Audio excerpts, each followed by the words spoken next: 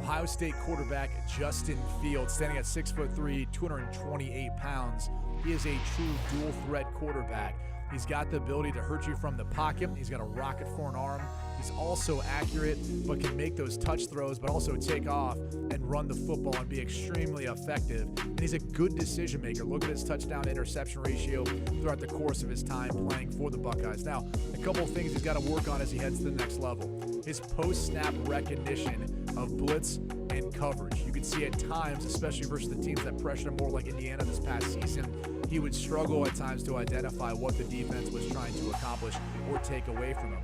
And the other thing is working through his progressions. After he got his first read, he had a harder time getting to number 2, 3, 4, 5 in the progression at times. But my comp for Justin Fields is Cam Newton. I think when you looked at Cam Newton coming out of Auburn, similar in size, similar in skill set, maybe not quite as big, but definitely a lot of upside there. A guy who won a former MVP.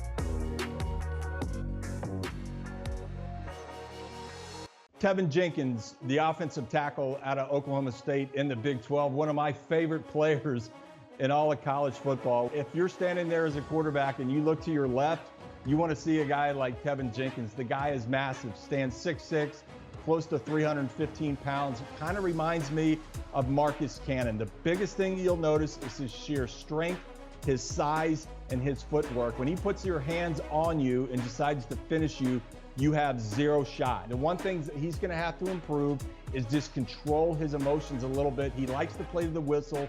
He's got more than enough personal fouls after the whistle, but you love that aggressiveness. I think this is a guy, when you draft him, you're looking at a 10-year left tackle for your football team. Borum is relatively quick out of his stance and does a good job of adjusting his feet once engaged to stay in front of the defender. Although he has the body of a guard, Borum may be able to stay and play tackle in the NFL. The lineman offers the versatility of playing on the edge or kicking inside. He is a strong player that does a good job of sealing backside blocks, but can do a better job of staying engaged by playing through the defender's frame. Borum does struggle with quick rips around the edge. The Michigan native could potentially compete for a starting role. My comparison for Borum is Chris Williams. Missouri had a few offensive linemen enter the NFL last year as undrafted free agents and should have another in 2021. Khalil Herbert spent the first 4 years of his college career at Kansas, but didn't have his breakout season until he transferred to Virginia Tech before the 2020 campaign, where he rushed for nearly 1,200 yards and 10 touchdowns in just 11 games. Herbert's a decisive one-cut-and-go runner who's built low to the ground.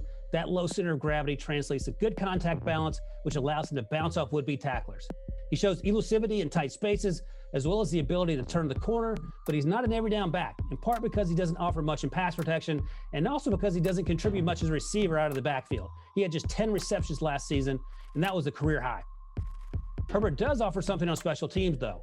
He returned 16 kicks for the Hokies and averaged 27 yards per return. So there's no doubt he can be an immediate contributor in the NFL. It's just a matter of teams understanding what he does well, and namely using him as a change of pace back and a threat in the return game. Daz Newsom from North Carolina. Sam Howell, the quarterback at North Carolina, led a wide open passing attack, was wildly productive for each of the last 2 seasons. And Newsom was a big part of that, sometimes in ways that padded Howell's stats, because Newsom is elite when it comes to yards after the catch. He's got fantastic ball skills as well. He can turn a 6-yard slant into a 60-yard touchdown. Now, unfortunately, at 5'11", 190 pounds, he's not particularly strong.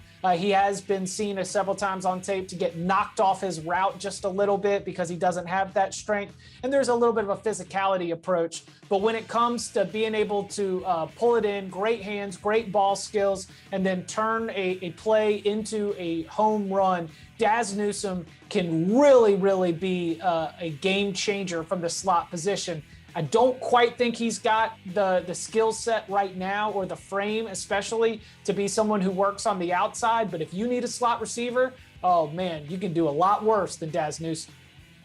Thomas Graham, cornerback from Oregon. The thing that I love about Thomas Graham, he might be the best ball hawking corner that's available in this year's draft. The reason why I say that, here go the numbers to back my statement. In 3 years, 8 interceptions. In 3 years, a total of 32 he be used. He's always around the football. He also has good hips, and like I said, he has great ball skills. The concerns that I have with Thomas Graham Jr., sometimes he struggles against the bigger wide receiver. And then also, too, the overall top end speed. How fast is Thomas Graham Jr.? But we will find out.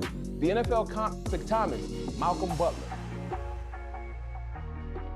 Want a sports network that delivers everything that matters about the game? The highlights, the picks, the instant analysis. No yelling, no fake debates, no politics. Hit the subscribe button and never miss a moment.